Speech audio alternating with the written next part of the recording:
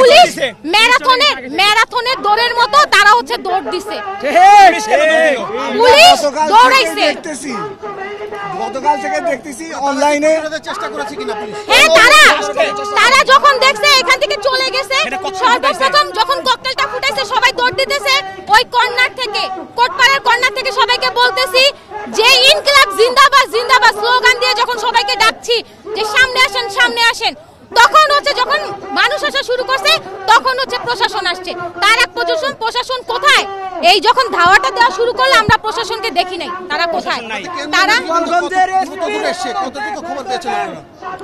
আমাদের কেন্দ্রীয় নেতৃবৃন্দ তারা, আমরা তো মাত্র এখন একটা হামলার শিকার হইলাম মাত্র, আর তারা প্রতিটা পদে পদে ঘাটে ঘাটে তারা হচ্ছে হেনস্থার শিকার হচ্ছে, হামলার শিকার হচ্ছে, প্রতিবন্ধকতার শিকার হচ্ছে। তো সেইখানে আপনাদের প্রোগ্রাম কি কন্টিনিউ চলবে? বা এইখানে প্রোগ্রাম না, এখানে মুজিববাদ মুর্দাবাদ কর্মসূচি হবে। আপনারা দেখেছেন যে আমরা এখানে সম্পূর্ণ শান্তিপূর্ণ সমাবেশ করছিলাম। আমরা এখানে অল্প কয়েকজন ছিলাম, আমাদের কেন্দ্রীয় নেতৃবৃন্দ এখন এখানে এসে পৌঁছায় নাই।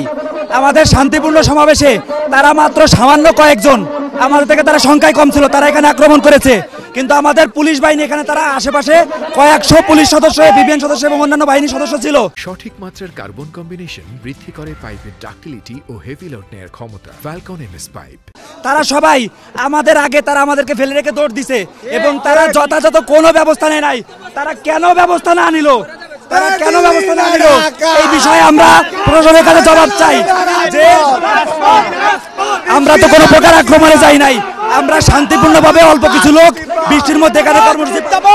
এখানে কারা হামলা করতে পারে বলে আপনারা বলছেন? কিশোর গ্যাং ভাড়া করে হামলা করানো হইতাছে। অনেক কারা এটা তো খুলে বলতে পারতাছি না। কিশোর গ্যাং ছাড়া, ছাত্রলীগ ছাড়া কেন করবো? লীগের টুকাইগুলো আমাদের এই শান্তিপূর্ণ পদযাত্রায় ওরা আমাদের এসে হামলা করছে। আমরা বলতে চাই এই গোপালগঞ্জ থেকে ছাত্রলীগের কুলাঙ্গারদের আমরা উৎখাত করে ছাড়বো ইনশাআল্লাহ। আমরা কখনো চাইনি যে গোপালগঞ্জ বৈষম্যের শিকার হোক।